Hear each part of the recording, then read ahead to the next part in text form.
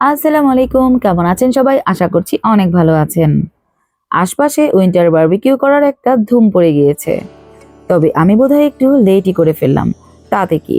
আপনাদের জন্য একটু সময় করেই আজকের এই চিকেন তান্দুরি রেসিপিটা নিয়ে এসেছি।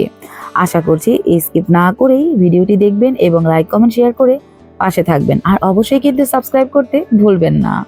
আজকে আমি চিকেন এবং পনিরের তান্দুর করব। তাহলে চলুন দেখে নেই। আমি প্রথমেই 3 রকমের বাদাম ভিজিয়ে রেখেছি, কাজু, পিস্তা এবং কাঠবাদাম ভিজিয়ে রেখেছিলাম। এরপর একটি মিক্সিতে নিয়ে নিয়েছি, সেই সাথে দিয়ে দিচ্ছি গুঁড়ো দুধ,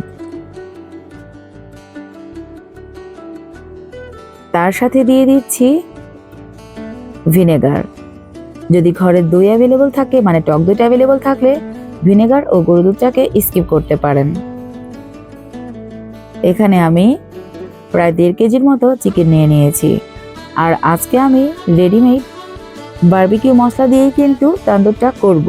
তবে এক্সট্রা আমি যা যা নিয়েছি তা খুব ভালো করে দেখে নেওয়ার অনুরোধ করছি। নিয়েছি ঝাল লাল মরিচের গুঁড়ো, রঙানোর জন্য কাশ্মীরি লাল মরিচের গুঁড়ো, চিনি, লবণ, গোলমরিচের গুঁড়ো, কাসুরি মেথি গুঁড়ো, দ্যাটস ইট।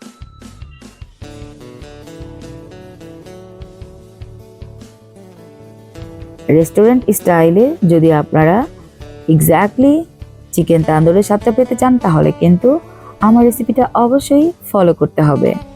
আরও নিয়েছি সাথে আদা রসুন বাটা, সেই সাথে নিয়েছি লেবু রস, এখানে রয়েছে হট চিলি সস, এছাড়াও রয়েছে টমেটো সস, সয়া সস। আমি প্রথমেই রাঁধুনির একটি প্যাকেটের সম্পূর্ণ মশলাটা দিয়ে দিয়েছি। এরপরে গুঁড়ো মশলা, চিনি, লবণও দিয়ে দিলাম, সেই সাথে দিয়ে দিয়েছি আদা রসুন বাটা, আর দিয়ে দিয়েছি বাদাম পেস্ট।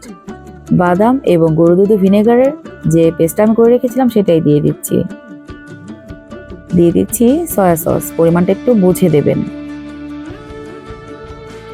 এরপরে দিয়ে দিলাম হট চিলি সস, এরপরে দিয়ে দিচ্ছি টমেটো সস, এরপরে দিয়ে দিচ্ছি লেবু রস। লেবু রসটা কিন্তু অবশ্যই অ্যাড করতে হবে। এরপরে দিয়ে দিচ্ছি সামান্য ভিনেগার,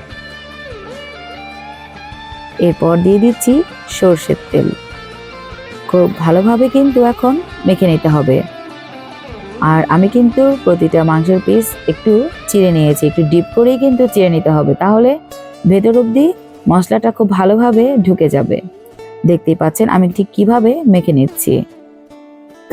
আপনারা চাইলে সরষে বাটাটাও কিন্তু ব্যবহার করতে পারেন। আর সেম রেসিপিতে কিন্তু আপনারা গরু বা খাসির মাংসটাও করে নিতে পারেন। আমার মাখানো হয়ে গিয়েছে, এখন আমি রেস্টে রেখে দেব। মিনিমাম 5 থেকে 6 ঘন্টা রেস্টে রাখলে এটার টেস্টটা কিন্তু একদমই অ্যাকুরেট আসবে। ব্যাস 6 ঘন্টা পর ফিরে আসছি। আমি এখানে বারবিকিউ করার জন্য চুলাটাকে রেডি করে নিচ্ছি।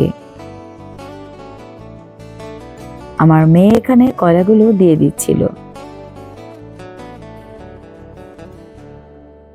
আপনারা চাইলে ওভেনেও কিন্তু করে নিতে পারেন। এই চুলোটা জ্বালানোটাই যতটা কষ্ট, আসলে একার হাতে করতে হয়তো, আর আমার একটু টাফ হয়ে গিয়েছিল যেহেতু একা মানুষ, তারপরও বাচ্চাদের জন্যই কিন্তু আজকে আমার এই রেসিপিটা করা। একটু সময় লাগলেও পরবর্তীতে কিন্তু আগুনটা খুব ভালোভাবেই জ্বলে উঠেছিল। অনেকে কেরোসিন দিয়েও জ্বালিয়ে নেন, তবে আমার ঘরে সেটা অ্যাভেলেবল ছিল না, আর একটা গন্ধ আসবে বলে আমি আজকে কেরোসিন তেলটা ব্যবহার করিনি। এদিকে আমি শিকে ভরে নিয়েছি চিকেনের পিসগুলো, তারপর এক এক করে দিয়ে দিচ্ছি। একটু এলোমেলো হয়েছে ভিডিওটা, তারপরও ক্ষমা সুন্দর দৃষ্টিতেই দেখবেন, যেহেতু এক হাতে বাতাস করতে হয়েছে আর এক হাতে কিন্তু চিকেনটাকে নাড়াতে হয়েছে। আর প্রচুর পরিমাণে ধোঁয়া বেরোচ্ছিল, যাতে একদম চোখ মুখটা বন্ধ হয়ে আসছিল। তবে আমার ছেলেটা কিন্তু এনজয় করছিল। কার কখন হায়াত মৌত আসে সেটা কিন্তু একমাত্র সৃষ্টিকর্তাই জানেন। তারপরও আমি বেশি সময় অসুস্থ থাকায় আমার ছোট ছেলেটাকে অনেক কিছুই আমি দেখাতে পারিনি, অনেক কিছুই তাকে দিতে পারছি না। তার এই ছোট্ট আবদারটা রক্ষা করতেই কিন্তু আজকের এই আয়োজনটা ছিল। আমি তার ছোট ছোট খুশিগুলা দিতে চেয়েছি।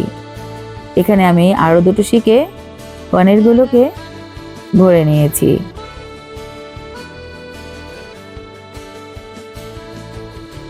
উল্টে পাল্টে এপিট ওপিট করে আমি ঠিক এইভাবে ভরে নিয়েছি।